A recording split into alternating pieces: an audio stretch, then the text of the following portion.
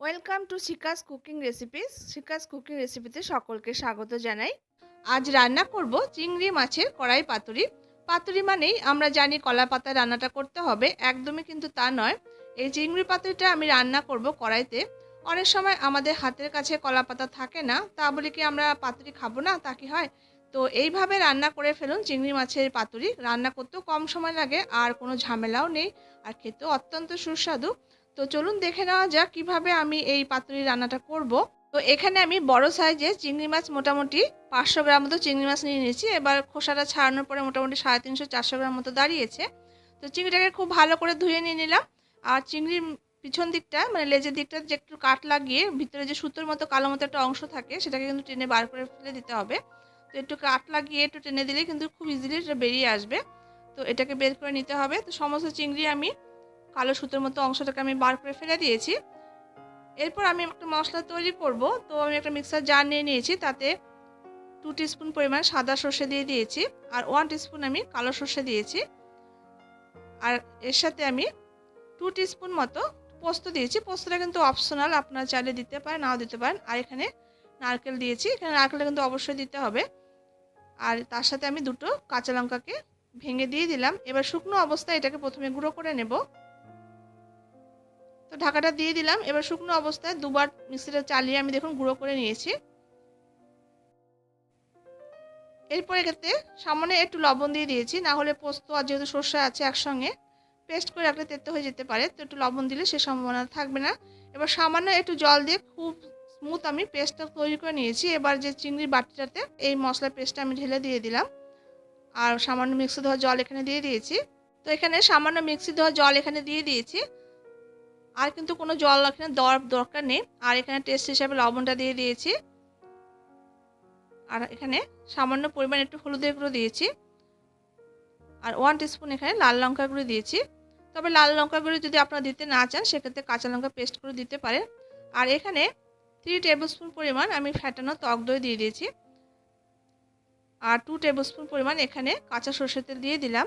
এবার খুব ভালো করে সমস্ত উপকরণটা চিংড়ির সঙ্গে খুব ভালো করে এটাকে মাখিয়ে নেব। আর এখানে দুটো কাঁচা লঙ্কা দিয়ে দিয়েছি।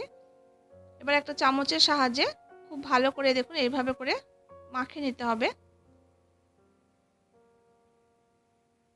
তো বন্ধুরা, আমি যেইভাবে এই চিংড়ি মাছের পাতুরিটা রান্না করছি, তো এইভাবে রান্না করে একবার খেয়ে দেখবেন। গরম ভাত দিয়ে কিন্তু দুর্দান্ত খেতে লাগে। আর আপনাদের কাছে কেমন লাগলো রেসিপিটা তা অবশ্যই কিন্তু কমেন্ট করে জানাবেন। তো দেখুন খুব ভালো করে আমি মেখে নিয়েছি। এরপর রান্নাতে চলে যাব। তো আমি গ্যাসের উপরে একটা কড়াইতে সামান্য পরিমাণ একটু সর্ষের তেল দিয়ে তেলটাকে গরম করে নিয়েছি। এবার গরম তেলের মধ্যে আমি 5-6 কোয়া রসুন থেতো করে দিয়ে দিলাম, আর একটা ছোটো সাইজের পেঁয়াজটাকে কুচি করে দিয়ে দিয়েছি। এবার রসুন আর পেঁয়াজটাকে আমি তেলের মধ্যে দিয়ে বেশ একটু লাল লাল রং ধরা পর্যন্ত এটাকে ভেজে নেব।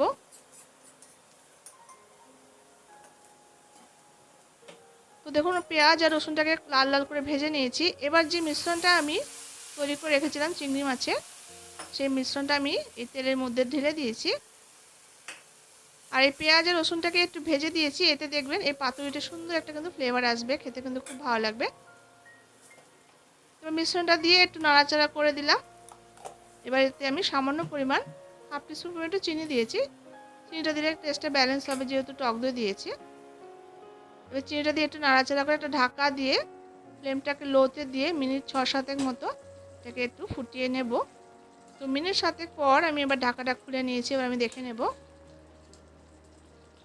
দেখুন গ্রেভিটা একদম মাখা মাখা হয়ে গেছে, আর এরকম মাখা মাখা মতো গ্রেভি নিয়ে কিন্তু রাখতে হবে। তবে আপনারা যদি চান একটু শুকিয়ে নিতেও পারে। তবে আমার মনে হয় এইভাবে করে রেখে নামালে গরম ভাত দিয়ে মেখে খেতে কিন্তু খুব ভালো লাগবে। আর এই রান্নাতে কিন্তু একদমই জল যাবে না, যেহেতু চিংড়ি, আর এমনি চিংড়িটার মতো রান্না করতে করতে চিংড়ি থেকে অনেকটা পরিমাণ জল বেরিয়ে যায়। তো খুব বেশি যদি জল দিয়ে দেন সেক্ষেত্রে কিন্তু রান্নাটা পারফেক্ট হবে না। এবার নামানোর আগে একটু কাঁচা সরষের তেল ছড়িয়ে দিয়ে ঢাকাটা দিয়ে আমি আপনাদের মিনিট 5 রেখে দিয়ে আমি আপনার সার্ভ করে দেখাচ্ছি। তো দেখুন কতটা সুন্দর আর কতটা লোভনীয় দেখতে হয়েছে এই চিংড়ি মাছের পাতুরি। তো বন্ধুরা, এইভাবে এই চিংড়ি মাছের পাতুরি রান্না করে খেয়ে দেখার একবার অনুরোধ রইল। তো আশা করছি রেসিপিটা আপনাদের কাছে ভালো লেগেছে। ভালো লাগলে অবশ্যই লাইক করবেন, শেয়ার করবেন, আর যারা চ্যানেলটি সাবস্ক্রাইব করেনি চ্যানেলটি সাবস্ক্রাইব করে সাথে থাকা অনুরোধ রইল। দেখা হচ্ছে পরবর্তী রেসিপির সঙ্গে। ততক্ষণ সবাই ভালো থাকবেন, সুস্থ